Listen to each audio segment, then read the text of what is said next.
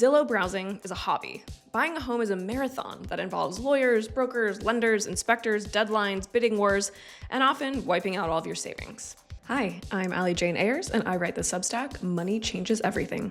Can I afford to move? Number 1. Should I pay off my mortgage? Key takeaways. Liquidity matters more than paying off an inexpensive mortgage. If you base your housing decision solely on the math, you will likely end up living somewhere you don't like. Keep retirement savings steady while you save for a move.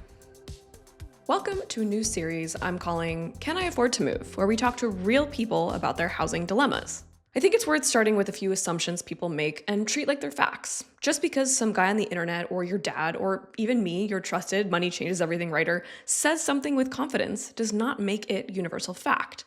Unfortunately, you have to interrogate the platitude, compare it to your actual life, then decide whether it applies to you at all. One person's platitude is another person's bullshit.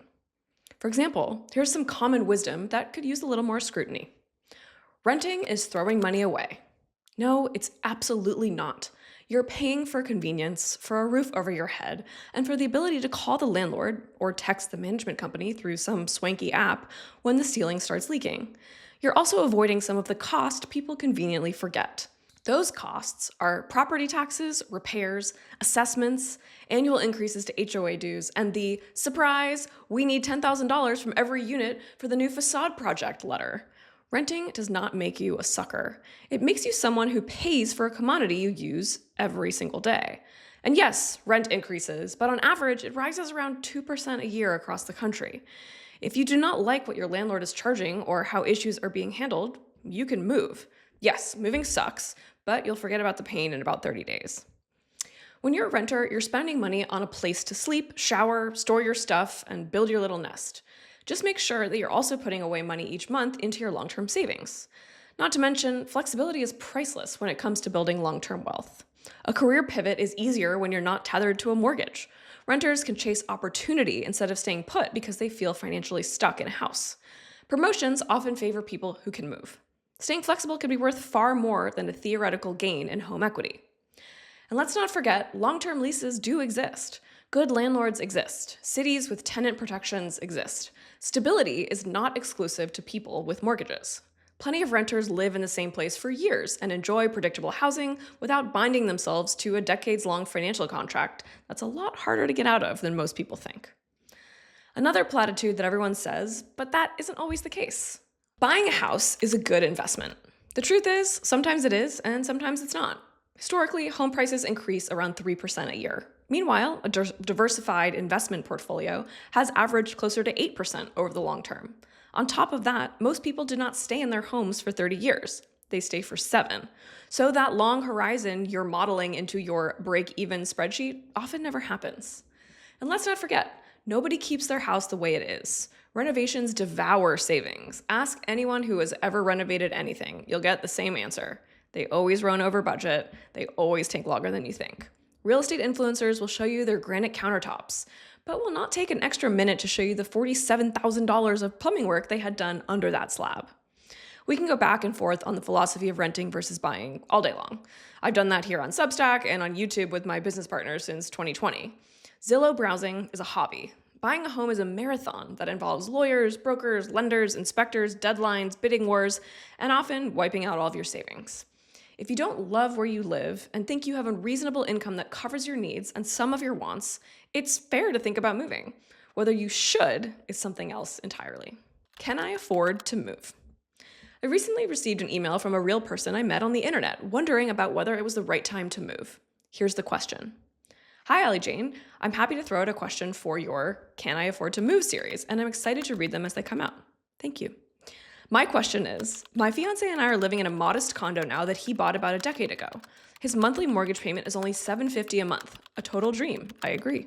He now earns much more, so I've set up our monthly budget to position him to pay off the entire $84,000 balance he has in 26 months, about 2 years. His interest rate is decent at 4.125%.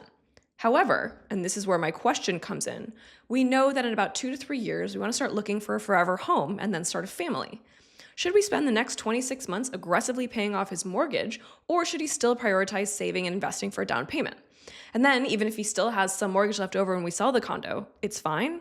He's got about $75,000 already saved for the down payment, and I've got about $25,000, and we're targeting buying a $650,000 to $700,000 home. We'd like to have the biggest down payment we possibly can, so our new eventual mortgage payments are as low as they can be. I apologize if this is way too detailed for what you're imagining people submitting for consideration. I guess my high-level question is how when to prioritize paying off existing debt while still saving for a down payment. Great question. Thank you. The first thing I do in any conversation about money with anyone, whether it's my husband, a stranger on the internet, or a client paying me for my advice, is to try to understand what's driving the question. What are they really trying to ask? What are their fears? And what are their deeply held beliefs about money? Because so often, how can I avoid investing in the stock market actually means, how can you help me avoid the pain I watched my dad go through when he lost his whole pension in the 2008 financial crisis? So my answer, and eventually my advice, gets tempered by how this person might react to it. In this case, can I afford to move often means, I'm unhappy about something specific about my current living situation. In fact, housing changes are often driven by temporary setbacks, discomfort, or HGTV FOMO. Just because you have a leak in your rental doesn't mean the building is falling apart. Maybe if your landlord refuses to fix it and you've heard horror stories from other tenants and you feel unsafe, then sure, but that isn't always the case. Before we dive into answering this question, I want to try to understand what this person's deeply held beliefs about money are. First of all, it seems like they'd really like to understand their short and long-term options. They used highly specific numbers and timeframes in their question, so I know they will react positively to a response that mirrors that level of detail. Should they pay off the condo early? A 4.125% mortgage is not something I would rush to kill. You can earn close to that in a high-yield savings account right now. What matters in this case is liquidity, especially if you plan to upgrade your housing within a few years. When you're ready to buy a new home, your bank wants to see cash. Also, if the sale of your condo takes time or goes sideways, you will want to have cash on hand. Another consideration is that paying extra on a mortgage is not entirely free. Extra payments increase your exposure to an asset that is, by definition, illiquid. Once the money is in the walls, it's in the walls. There's no pulling the money you paid into your mortgage back out. Also, when you sell the home, the transaction is fairly clean, and whatever balance is left on your mortgage is just paid to the bank, and you get a check for your equity. Think of the bank like your business partner. You own the house together. You don't need to buy them out unless they're causing problems. Now, there is one exception. If you are someone who cannot keep your hands out of the down payment account and instead treats it like a magical piggy bank for vacations, then paying off the mortgage may be the only way to protect yourself from yourself. But this couple doesn't seem like that. They are planners, they are disciplined, they are clearly saving at a healthy rate. So I would not aggressively pay off the mortgage. I would put the surplus into their down payment fund and continue contributing to their 401ks. A low mortgage payment is nice. A healthy retirement account is much nicer. Let's be honest about why they want the lowest possible payment. This couple wants low payments for the same reason that almost everyone says they want low payments. They are imagining future stress, daycare costs, job loss, repairs, growing expenses with a growing family. There is a sense that the ground could shift beneath them at any moment. That instinct is human. But if you chase the lowest payment at the expense of long-term savings, you may end up with a comfortable house and an uncomfortable future. It's funny, the math often tells us not to pay off the mortgage earlier, but so often our gut tells us that a lower housing cost or no mortgage at all will provide financial freedom. And weirdly, it might.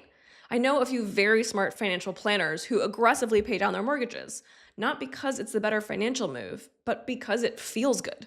It feels good to say, I have paid off my house. That's a pretty good reason to do it, I suppose. Buying gives you security and stability and a place to put as many pets as you want. It provides a mortgage payment that remains stable while your income increases. It gives you tangible equity you can borrow against. It gives you the feels. And honestly, there is something deeply satisfying about being able to drill holes in your own walls. But whether that's worth it depends on your actual numbers and your actual life.